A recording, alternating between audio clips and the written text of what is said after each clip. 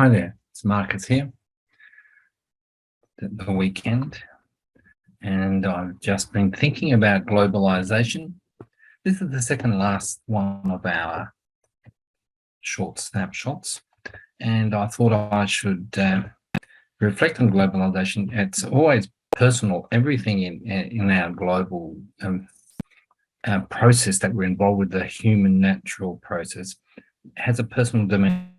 I'm sitting here, made myself a cup of tea, and I'm using a tea bag which says Darjeeling. Now, some of you probably know, but many of you might not, that Darjeeling is a small state within the huge nation state of India. I've been there quite a number of times, actually. It's a wonderful spot. Quite different from mainland India, as they would call it.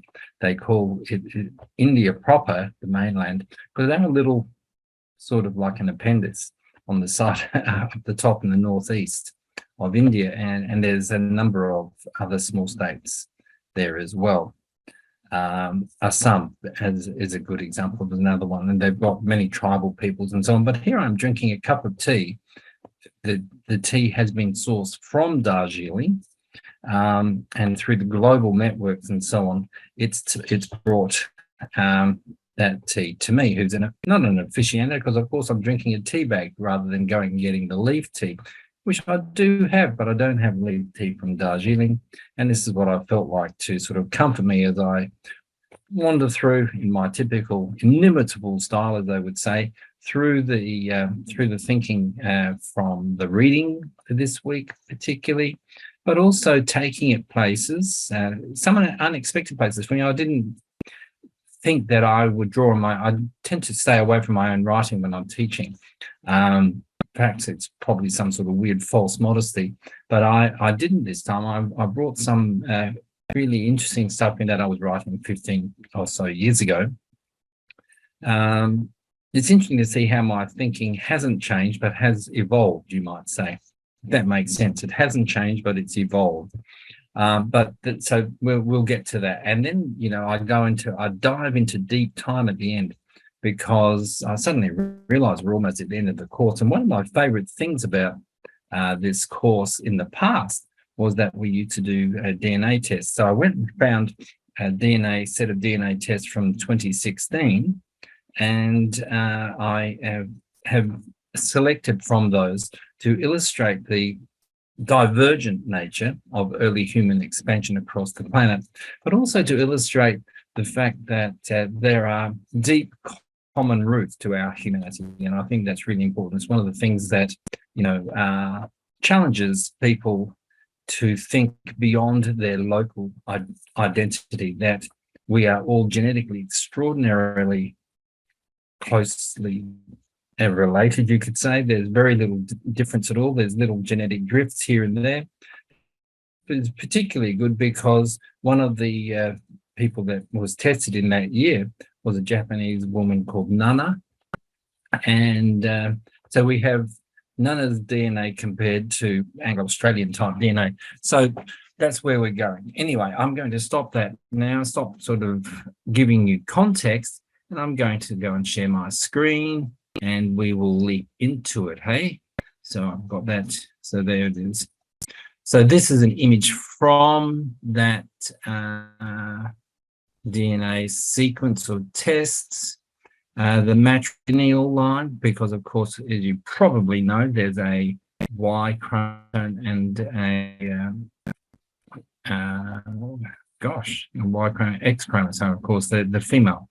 And women don't have a Y chromosome. So what we've got here, I'm drawing on the matrilineal line, looking at the early movements of this particular chromosome marker, L3, which is shown down the bottom. Okay, I should acknowledge that we used or drew on the brilliance and skill of a bunch of scientists working for the National Geographic project. You know, I like National Geographic because I keep throwing little articles at you, but this was called the Genome Project. It was run by a chap called Spencer Wells. I think we've still got a book of his in the library. So yeah, he was excellent in his role at leading this, but also he's a really excellent communicator. So here we are, snapshot 10 for week 11.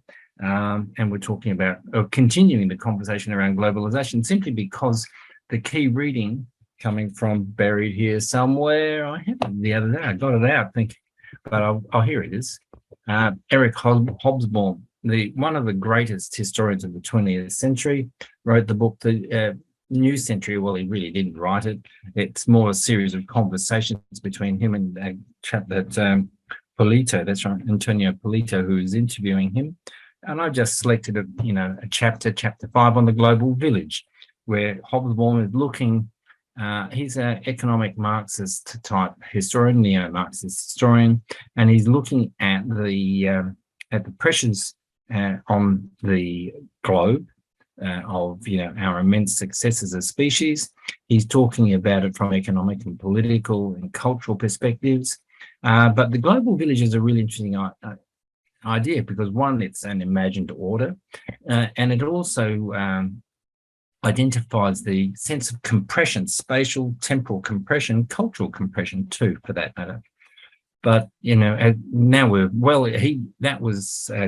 those interviews were conducted presumably in 1998 or somewhere like that. The book came out in 1999, so the book is 23 years old. The conversation is a little bit dated, of course, because they didn't know things like Hobsbawm and his interviewer didn't know that there was going to be 9/11, and didn't realize that there were going to be ongoing conflicts in different spaces that are very local, very non-global in their origins and their expression. But even so, let's say with the Ukraine, it's had global ramifications for energy supply and so on like that. And of course, there's a global concern, and that global concern is transmitted through global media and so on.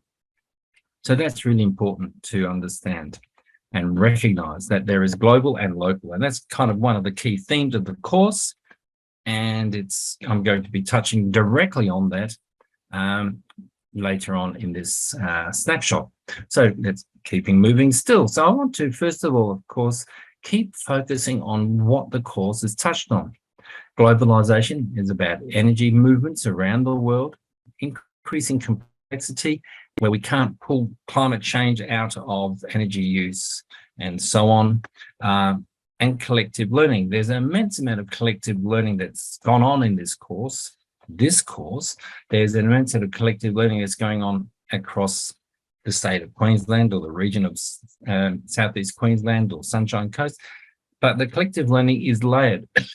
And of course, some people are more open to learning. Other people find that learning stresses their identity because it asks them to be accepting of people of difference, different colors, different genders, whatever it is.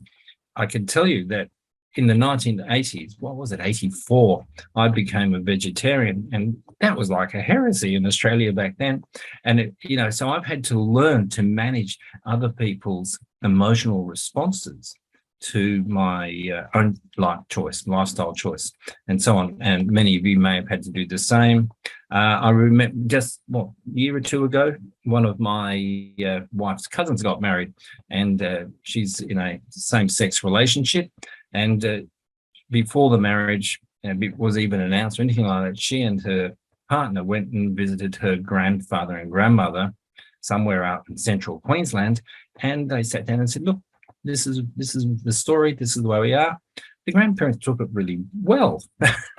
Could have fallen off their chairs or it started frothing at the mouth, but no, it was a very easy thing. 20, 30 years ago, it would have been an absolutely devastating thing to have somebody in your family come out and say, "I'm openly gay and we're having a same-sex marriage." The whole family showed up for the wedding.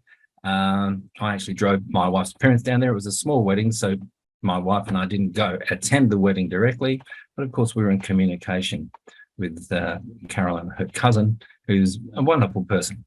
So there's this collective learning stuff going on, chanting, and I talk a little bit about that because that's the paper that I drew on, that I'd written in 2007. It's about global education. So we'll come to that. Globalization is also an imagined order. Is it the sum or more than the sum of its parts? This is something I want you to think about. But The global village, of course, is a beautiful metaphor. It's an imagined order. It's a sense of, am I really connected to the people who made this Darjeeling tea? And so on. Well, I'm connected physically because I'm having a mouthful. It's like when you have a mouthful of Colombian coffee or coffee from Timor-Leste or wherever it might come from. And then, of course, are we implicated in crimes against humanity? Because was that coffee grown on Indigenous people's lands and they'd been forced off at gunpoint, or were they enslaved, or were children enslaved? So many ethical questions when you start thinking relationally, which, of course, bottom line, that's what this course is about. It's about understanding the intimacy of our relationships with and across boundaries and borders, but also conceptually borders. Me and nature out the window there, me and the coffee bean, me and the coffee bean and the civet, which is a furry little mammal in Indonesia and the Philippines that likes to eat coffee beans before they've been processed while they're still on the tree, craps them out, sorry if you've got sensitivities there, and then they're collected by people. The crap is cleaned up and turned into coffee. A particularly prized coffee. It was actually what got me drinking coffee again after about 30 years. So I just couldn't pass it up. So that's because I am always curious and always interested in learning. Though if someone offered me, you know, a child's brains, I would say, no, thank you, not today. I'm not into eating kids' brains. I want to play with your brains instead and get you thinking more. That's my task. It's about trade and commercial and interactions and ideas, the flow of ideas. So it's about human webs. It's about learning from the other, which is the Graeber and Wengrow book, which is just there, particularly their analysis of how European thinkers' interactions and engagements with, what they call them indigenous philosophers of North America particularly, how they informed Enlightenment thinking in Europe about politics and so on. Then there's this other thing, Homo puppy. It's about the puppy. It's about the domestication of the human species so that we can actually all get on roughly on a rather crowded planet. But it's also about the development of new cultural skills of relationality. Climate change is forcing us via Homo puppy over just a couple of generations, again thinking intergenerationally, to grow, develop, evolve, move into new paradigms, new worldviews in which nature and culture are not separated, that culture has no right to exploit nature to the detriment of other peoples, but another species, plants, animals, and so on. These are really interesting things. And of course, globalization and the weird, that concept from Henrik. Again, Henrik's given us some really interesting insights into the social psychology around the evolution of Western culture, the way we objectify things, the way we have text, the way we are educated. So Western, of course, is the weird there, educated, industrial. Okay, so we have a certain exploitative relationship with nature, but we also have, you know, this compulsion towards order and homogeneity. All spoons, all forks, all knives, you know, that you can get sets of them and you get hundreds of thousands of exactly the same fork or exactly the same knife, the same pen, the same T-shirts and so on, available everywhere across the planet. We're rich relative to those who don't have, and we all seem to be democratic, whatever that means. And I have a lot of thoughts about democracy, but this is not a course about democracy. It's just one form of political arrangement, but it's not unitary. American democracy is not the same as Australian democracy, which is not the same as British or German or Scandinavian democracy, and so on. There are multiple democracies. North Korea is a democracy, if you believe the name of the thing. The East Germans were a member of a socialist democracy, but it wasn't a democracy at all. We just know that the word is used in multiple ways, often for political advantage. So let's keep moving. So let's start mining Hobsbawm. What does he have to say? Well, it's all about complexity, of course. Globalization is not the product of a single action, says Hobsbawm. This is 1999. And the guy by then was in his late 70s, early 80s. So it's not like switching on a light or starting a car engine. It is a historical process. That's why we've got this global citizens course, of course, isn't it? That is undoubtedly sped up enormously in the last 10 years. That came out in 1999. Why the last 10 years? Well, 10 years prior to 1999 was 1989. I was there. I wasn't actually in Germany to see the wall come down, but, we were totally aware that the Soviet Union was collapsing, imploding. All the states around it were breaking off and starting to assert their own independence and so on. So that sped up globalization because you didn't have the iron wall any longer, keeping certain parts of the world at bay. And of course, China was doing its own, much less dramatic war and entering the global economy. It's because, of course, China was watching what was happening in the USSR and thinking, this is not going to happen to us, guys. We're going to do it differently. So that's that one. So then there's this globalization of education. So this is me now. And I'm reflecting on, the life and death issues that are part of the human condition. But I'm saying that I'm using the philosophy of neo-humanism to help me here. But from a neo-humanist perspective, there is no heaven or hell, okay, other than that which we create collectively in the here and now. The hell of being in a bombed out Ukraine building, or being shot at, or starving, or watching your children starve. That's hell. What emerges from this insight is a cosmology of hope. Now, you all know that I like that word hope. I polish it all the time. I say in every one of my conversations to people, what gives you hope? To me, it's optimism. How do you maintain optimism in a world where we get so much bad news?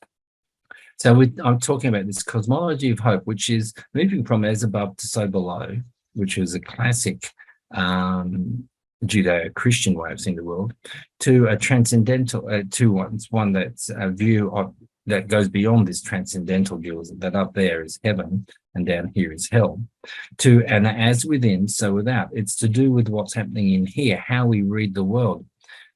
It does, smack of New Ageism, so the cup half full, the cup half empty sort of stuff. But, it takes us beyond, as I say here, the sense of agency that is not merely just a new age placebo to get us through a bad day, but both a challenge to engage with our mythic structures. I could have if he'd written his book then, but he hadn't used imagined orders, but I said mythic structures, and an invitation to dive deep into the enabling traditions. They're the faith traditions: Christianity, Islam, Buddhism, also pantheism. You could be, it doesn't have to be overtly part of a major faith tradition. But I'm thinking of here faith traditions because they really do still shape the lives of many, many peoples on the planet.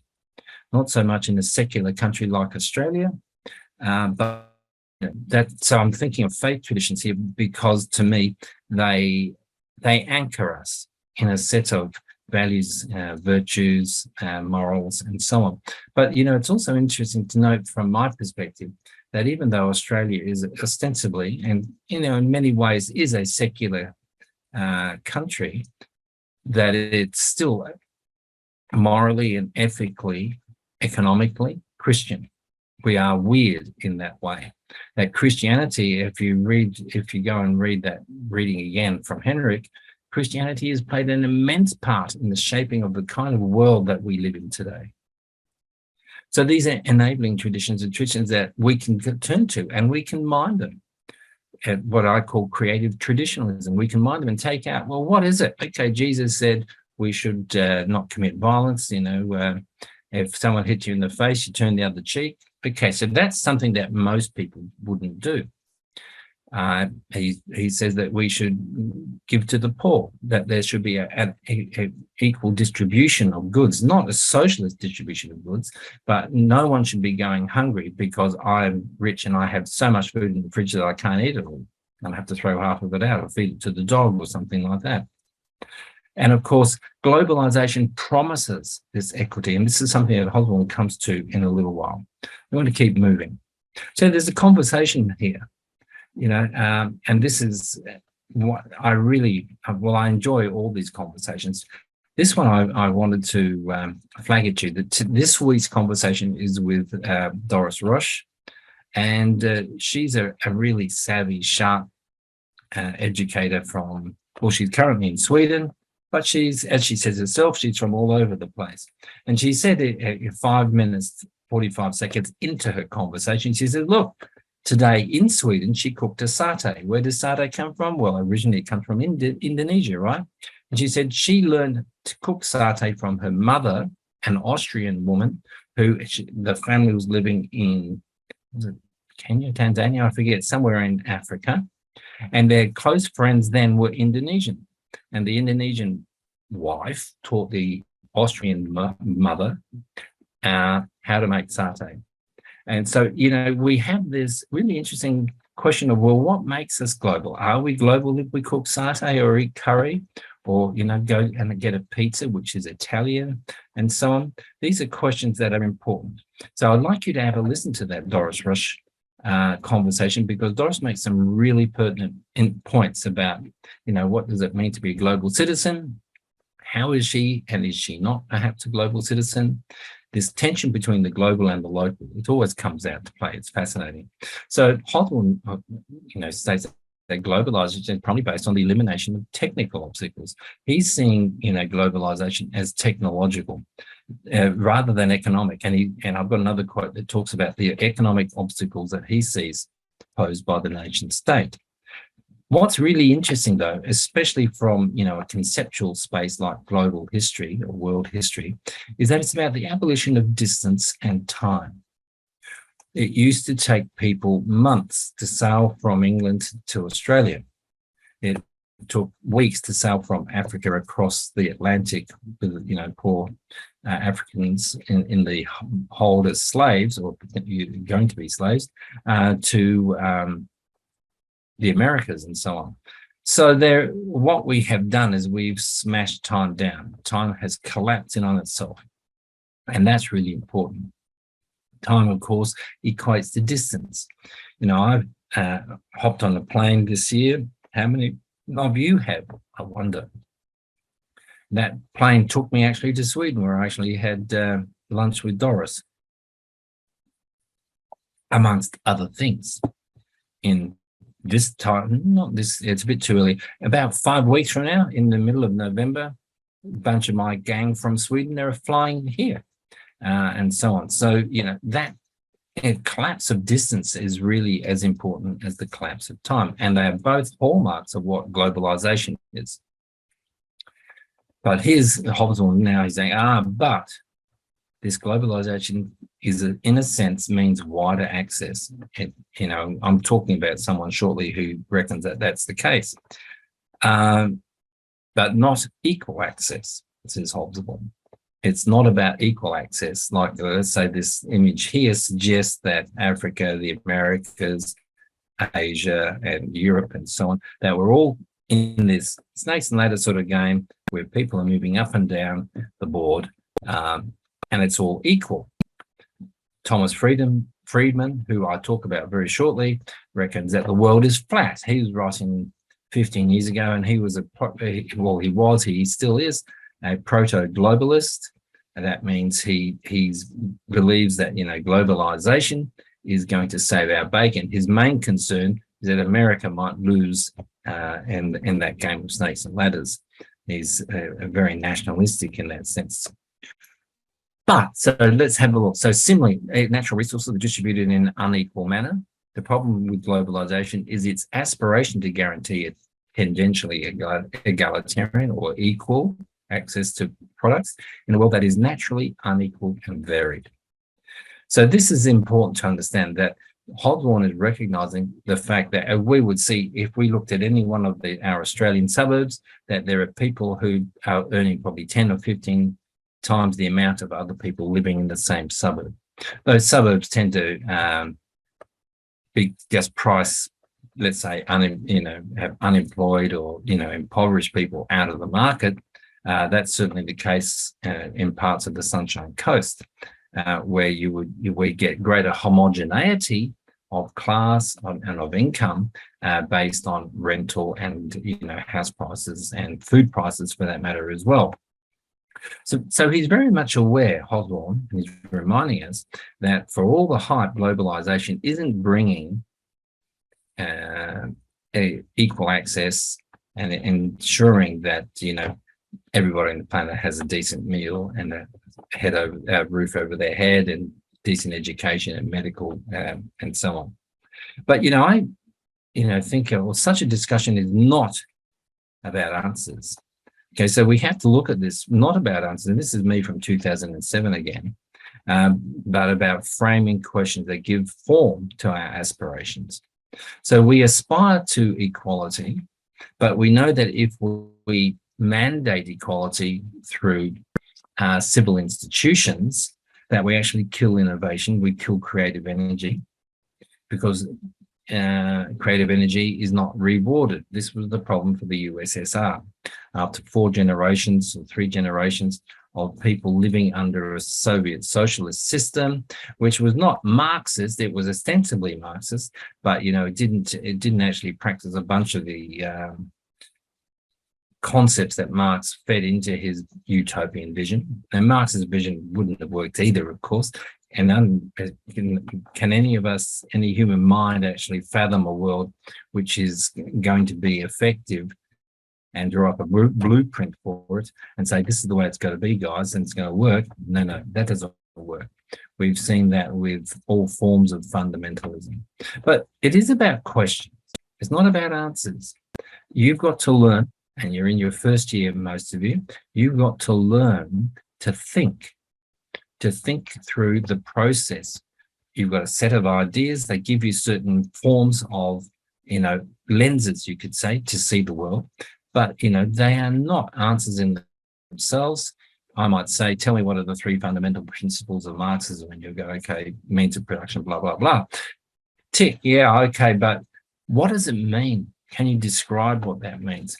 Can you describe imagined orders, energy, complexity, or collective learning? Can you actually tell me, or your tutor, or the person you're having a cup of tea with now or dinner with, can you tell them what those concepts mean in terms of you understanding historical processes and make them work? That's really the thing. Answers don't matter. They actually kill things. So this is The World is Flat by Friedman. It's a book that I actually have somewhere, but I haven't got it out for a long time because it annoys me so much. But it's really worth having a look at, because it's not bad being annoyed. It's just that I got annoyed 15 or 16 years ago when I first got it, because it's a lot of it's just full of crap.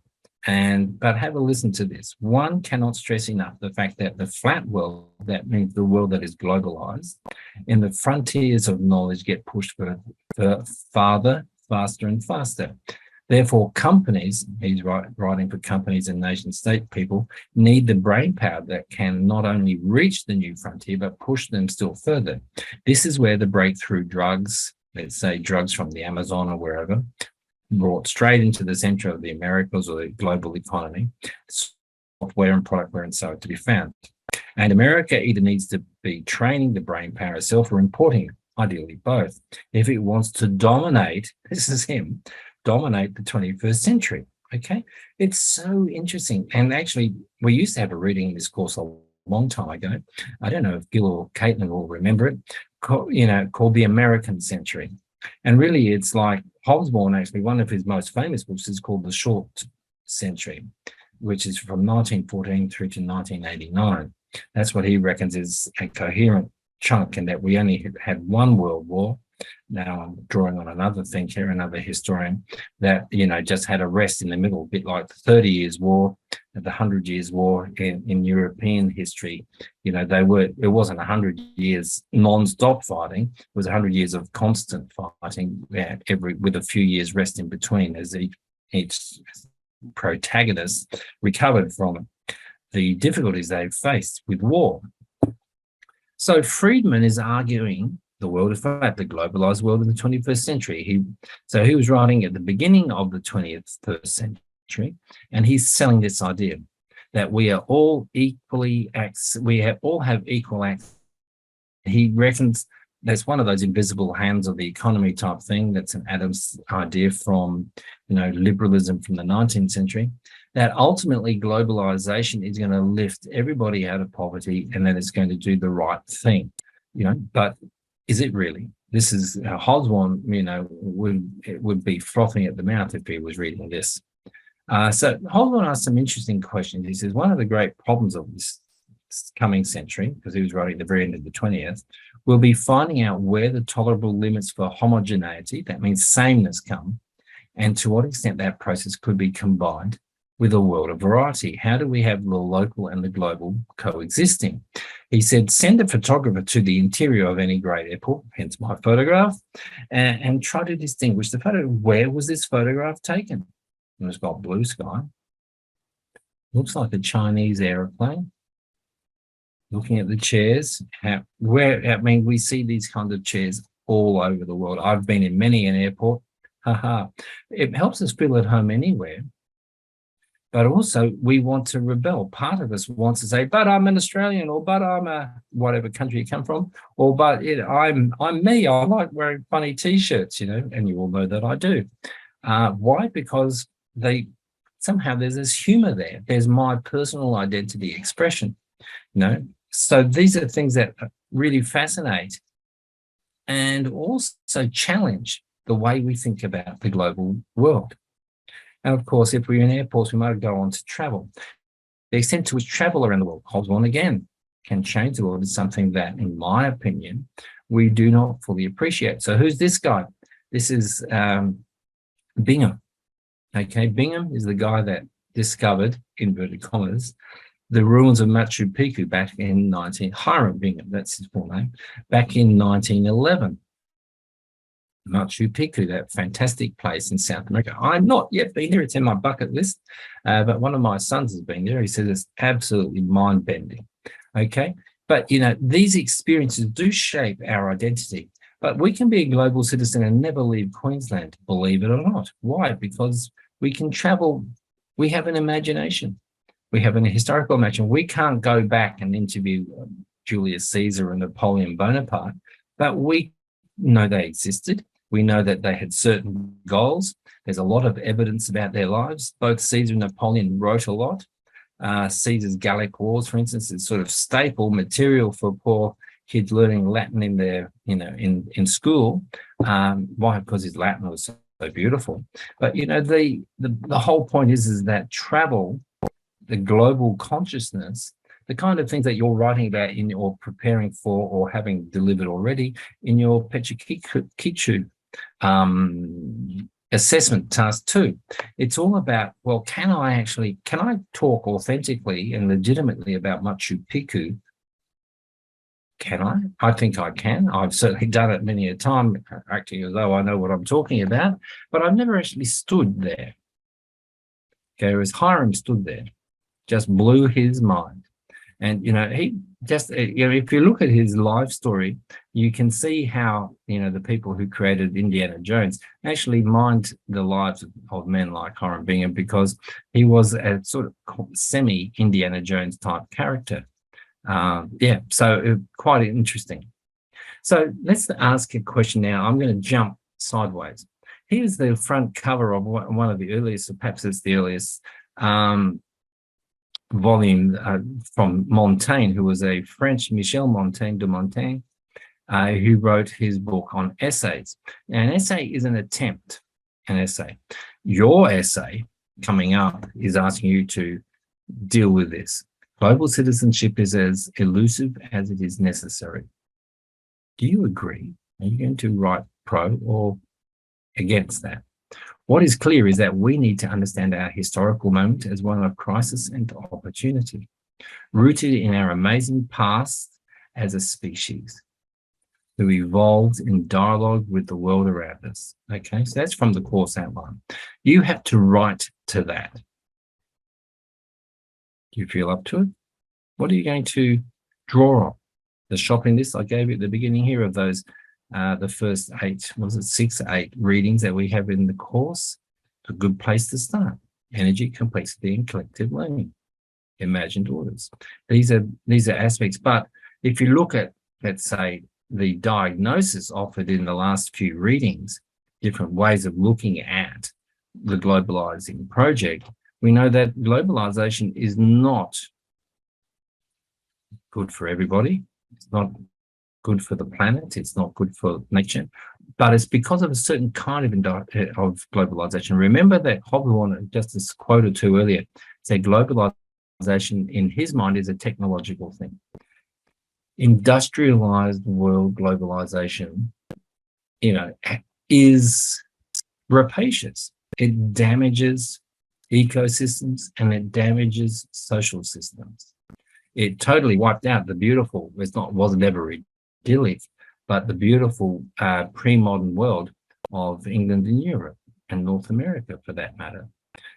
People were pushed off the land. They were forced into slums, into cities. They had to work horrific conditions in the very first factories, for instance. These are other things that we need to be carrying in mind. So like all good essays, really you're going to have to balance pros and cons, and you have to show us how you're thinking, all right? So, and how we're going to assess you. Okay, there's the here. Clarity of your understanding of the role of global citizenship in its world historical context. Some of that clarity might come from you looking at 2 or 3, maybe not even more, of the conversations that I've curated with different people. Or it may come from you engaging more really effectively with the readings. Don't forget that essays are about telling me, or whoever's marking it, Caitlin or Gil, that you've learned stuff. I mean, that's obvious, isn't it? But no, it's not obvious to everybody. Why? Because we get overwhelmed by the emotions of being assessed. And I understand that. But cool those emotions down and start thinking, okay, I really enjoyed that reading and that reading. Marcus had an extra reading. I'm looking over here at, James Scott's Against the Grain, the early history of states and so on, which I referred to a couple of times. Go through the PowerPoints of the earlier lectures and actually find a few quotes that really sing to you, and then go and have a look at the reading. Never use a quote out of context, because I know where the context was because I chose it, but you don't necessarily. So you are always at risk with the danger. You're going to misread the quote. Check it, ground truth it. The book Songlines here I'm looking at. There are plenty of the Hopeful History by Rutger Bregman. The context for Homo puppy. What was it again? How do we get domesticated by the world around us? It's not the cleverest. Remember what he said? It's not. Evolution doesn't favor the cleverest. It favors the friendliest in terms of dogs. Foxes becoming dogs. Identification of core ideas. All right, so the core ideas, well, that list at the beginning of this lecture is a good starting place. Identification and demonstrated the use of at least 6. It's amazing how many of you guys are mathematically challenged or numerically challenged. Can't count to 6. And then you can't add David Christian to it as well. That means 7 different books or articles, academic articles cited in your reference list. You've got to show us, but it's not just, I'm going to whack it, a citation here and whack one there. They've actually got to meaningfully link together, because that's what I'm looking for, and that's what Gil and Caitlin are looking for. Of course, we've got to play the game, academic referencing and presentation, and cover sheets, please. Don't give us something that has no name on it and so on, because it makes it very difficult to assess. All right, so that's the sort of stuff that we're going to be looking at. There will be more on the, again, I'll touch on the essay a little bit more next week. And of course, in the tutorials, we will touch on them again. Oh, and I should remind you, if you're out of the loop, that we have no workshops in week 13, but we do have a face-to-face, real in-time lecture, Thursday, LT5, that's Lecture Theatre 5, midday to 2 o'clock roughly. We'll have an hour and we'll have a break after the first hour. We're going to go back to 2016 when we used to have real lectures in real time. And I'm just going to play with that space, and hopefully a lot of you can come along. We will record it. Not sure if anybody will ever bother to listen to it. Look at that. Isn't that exciting? Global and the local. So I'm keeping on moving. I've just suddenly become aware that, yeah, there's almost like two little snapshots back on back here, because I want to look at the DNA story as well. So there's this constant tension, says Hosborn, we're back to the reading, between the two systems, which today coexist and must adapt to each other. For example, it is clear that the international economy is hindered by the local legislative worlds of the nation state and so on. So, you know, he's talking about the tensions there, and he's seeing them quite clearly as structural tensions. It's interesting, and the way his mind works, because of course, as a Marxist economic and social historian, he sort of covers all, but you know, his attention is very much on structures, because of course structures determine a lot of what we experience in the world. Now this one is fantastic. I came across this today actually on my LinkedIn account. Guy that I follow and he follows me, you know, finds interesting stuff. So what we have here is, there's an article, this one, Waffle House, it's in The Economist, okay? And he's summarizing some aspects of Waffle House, but it's such a brilliant example of what Hosborn's talking about, the tensions between the local and the global. He's saying, look, in the south of America, North America, Waffle Houses are widespread, okay? They're not ubiquitous like the McDonald's or other behemoths, great term, behemoth, large, hairy beast. They feel like the South's own special restaurant, hashtag, much as a Whataburger does for the Texans, or In-N-Out Burgers for the Angelinas from Los Angeles. Diners do not feel in the know when you order a Big Mac. You're getting a standardized product. They do when ordering a breakfast and asking to be scattered and smothered. So it's really, really interesting to look at the way certain forms of business can be ubiquitous in one area, but totally unavailable in another. It's a little bit like an ecosystem. So we have an ecosystem, a global ecosystem, in which the companies like McDonald's and Kentucky Fried off function, but we have local ecosystems in which you will get specific attachments expressed for, let's say, Waffle House. And it's a very interesting article, because it's about belonging. It's about how do we, what indicators are there that mark our sense of place and space. So I just put that in there as a quick example. I love it. Another example of, now this is local, not many people outside of Australia have heard of Archie Roach, who died just recently, which is a real shame. He's a fabulous Indigenous Australian singer, songwriter, activist, and so on. But, you know, what's the story behind this? Well, it's about belonging. It's about, how do I understand myself, which is a cultural question. It's not an economic question. Culture is constantly evolving, one of the key themes of this course. But it's about shared experience, which, of course, is the way we access imagined orders. It's about prestige, the reading for this week about the American hot dog. Fantastic. How can you be, you know, did you know there was such a career? You could become a food historian and go around the world eating different foods and writing about them? Now, that's not food journalism, that's food historian.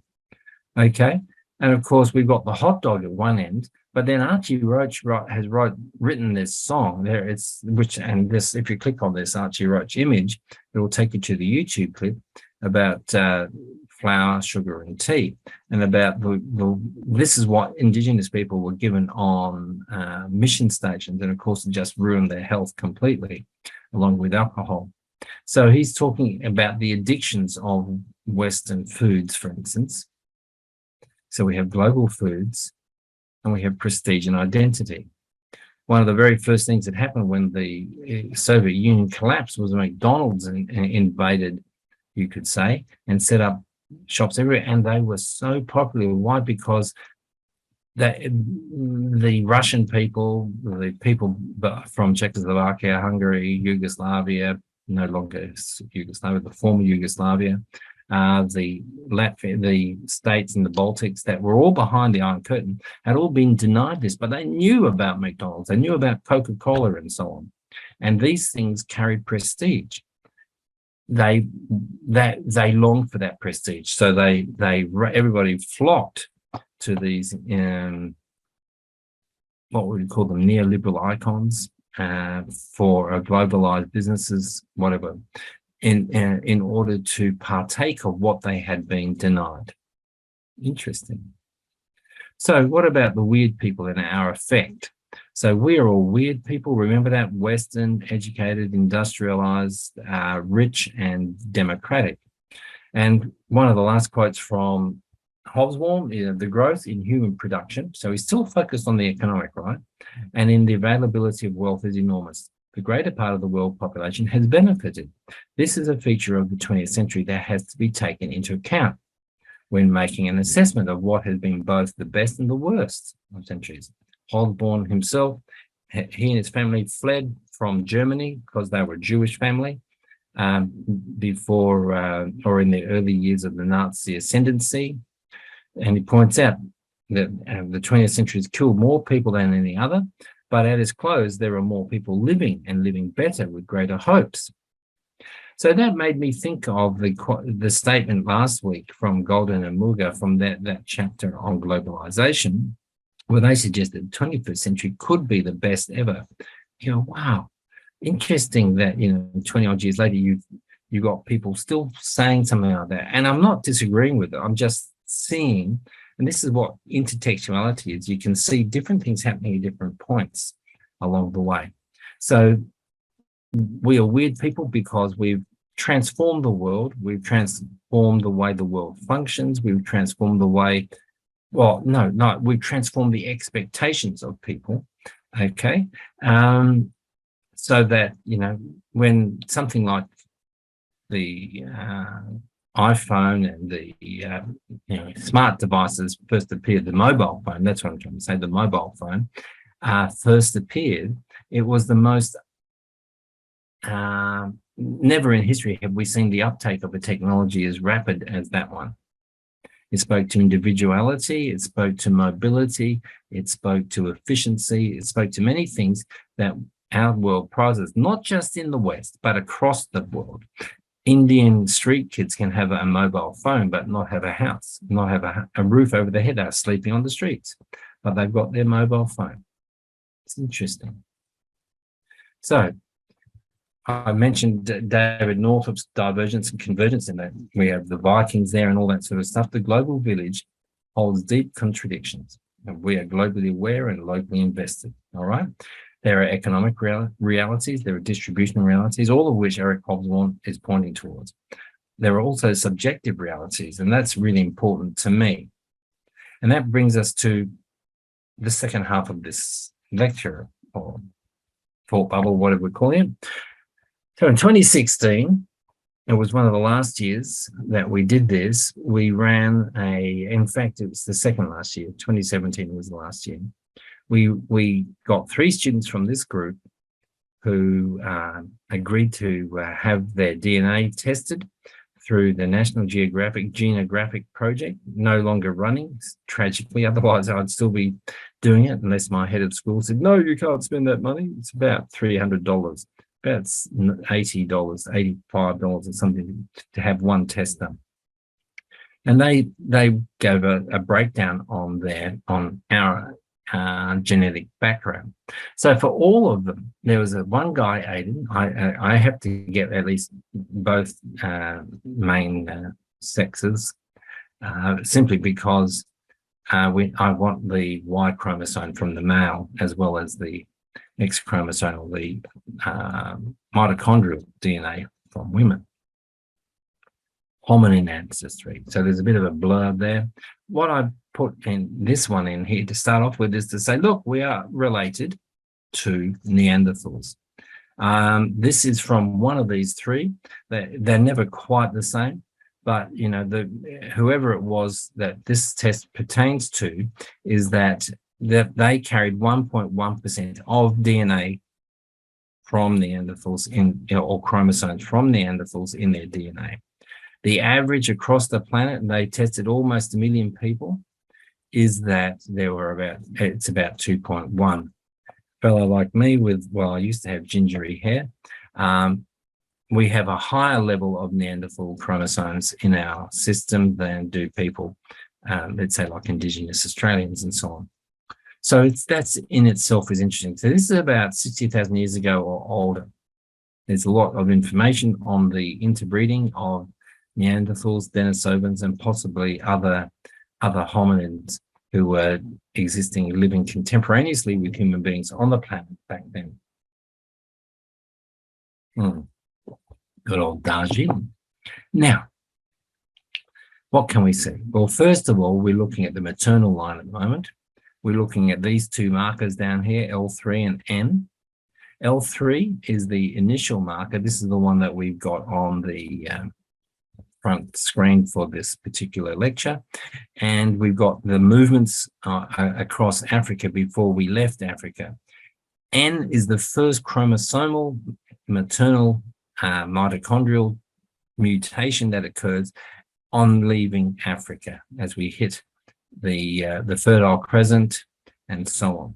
So this is Turkey, Anatolia, as it was called then. There's Greece over here and so on. And you can see the way it was moving out. So they're mapping, they're offering maps. You can also go and get a heat map. I didn't use heat maps in this one. So Kirana's maternal steps went out this way and this way, okay? This is the RO marker in our chromosomes.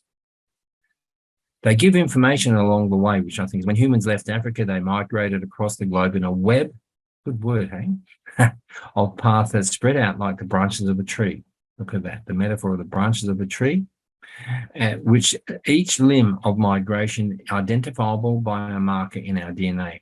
For the male lineages, M168 branch was one of the first to leave the African homeland, okay, about 70,000 years ago. Location was East Africa, and it moved out, okay? The man who gave rise to this first genetic marker in your lineage, they all share this, all three of them. You and I share them too. Probably lived in Northeast Africa in the region of the Rift Valley, perhaps in the present-day Ethiopia, Kenya, or Tanzania. It's fascinating that they can read this stuff from our DNA. It just blows my mind, and it's so exciting. So let's have a look then. So the next step is moving out across and starting to move down, okay? This is from M168 to P143. The names mean, I'm not a geneticist, so they're just descriptors for me, as I should be for you. Okay, this is the paternal one. Some info on branch P143. The mutation is one of the oldest thought to have occurred outside of Africa, and therefore marks a pivotal moment in the evolution of the modern human. Moving along the coastline, members of the lineage were some of the first peoples in Asia, Southeast Asia, and Australia. So have a look. So here we are coming down, and it's coming down this way. Let's see. There, look, down like that. So that's P143. They're writing new above these. That's because as they're analyzing DNA from and doing deep historical analysis of DNA, they're finding new markers in the DNA that weren't there. This is, I should get a little bit of more background. I did this when they first came out. I was probably, I was still a bit late to the party, but at the very first stage, they didn't have these new ones. And they also didn't tell you exactly how much Neanderthal was in your system and so on, because the Neanderthal genome hadn't been fully decoded at that stage. And so I got a first pass at this. And then, by the time I started doing this with students, they were on to the second stage of the research. So we were getting all these new mutations added, which each one tells a story. Some of them are partial stories because the scientists are still not exactly sure what happened when. But you can see that this movement, it's in the paternal line, comes right down through Indonesia and New Guinea. So, and there's Australia. So it was going to reach Australia very soon. Oops, I'll go keep moving. So what about that P128? So there's P128 right here. You can see, so this is the typical guy with P128. The next male ancestor in your lineage, they make it very personal because it's written to the individual, is the man who gave rise to this P128. A marker found in more than half of all non-Africans alive today. This man was born around 40,000 years ago in Central Asia and was likely part of the second wave of migrants to move east from Southwest Asia. Southwest Asia being Turkey, what we would call Middle East, and so on. All right? And there's a whole bunch more there. You can have a read of it yourself. Now, this is, we only have one guy, so this was Aiden. This is where there's a movement that he's going to be part of, his ancestors were part of, splitting off from the people who were moving into Asia and bouncing back towards Europe, okay? And this is the M45 marker. So we can see, and then it bounces right across to P231. Over here, PT31. I hope you're all following me. And hopefully this is as interesting to you as it is to me. The Paleolithic, okay, it's now they're actually dating with terminology. The early Stone Age ancestors who founded this lineage lived a nomadic lifestyle. His descendants include two major descendant branches that today account for most European men, all right, of which, of course, Aiden is a descendant. He was a good old Anglo-Australian. All right, so let's keep moving. That's it. I forgot. Yeah. So the whole point of this is that globalization is about fanning out first that tree image to, and that we can trace that in deep time through our genomes. To me, that is wonderful. It also suggests something really important as a closing observation, is that no longer are books or print matter or written matter the only text. Historians, world historians, cannot access this world if we're looking for text. We have to look at our genes, which are another form of text, you could say. We also have to look at the other evidence from our bones, like isotopes that we can extract from bones.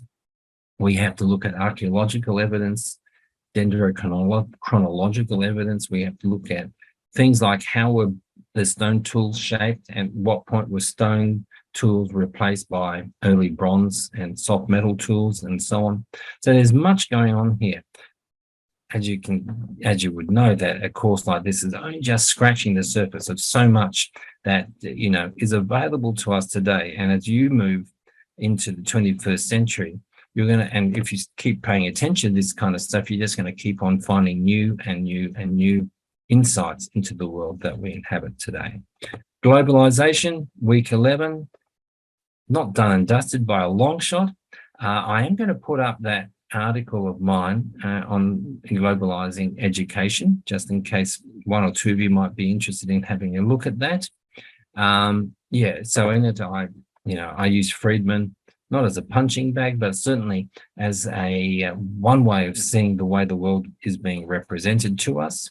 I use the wonderful writings and musical innovations of Daniel Barenboim, who's a classical pianist, composer, yes, but not so much, and conductor, who's now, it would be in his late 70s, early 80s. And I use a bunch of other stuff, and I bring in that neo-humanist stuff as well, which to me is really exciting new way of looking at the world. Anyway, that's all from me for now. I hope this was a blast for you, and I look forward to seeing my mob in their tutorials to see what's happening with Pechacucha. I've probably assessed a third to half. I'm expecting to see a lot more in this coming week. All right, so I'll see you then. Thank you very much, and farewell.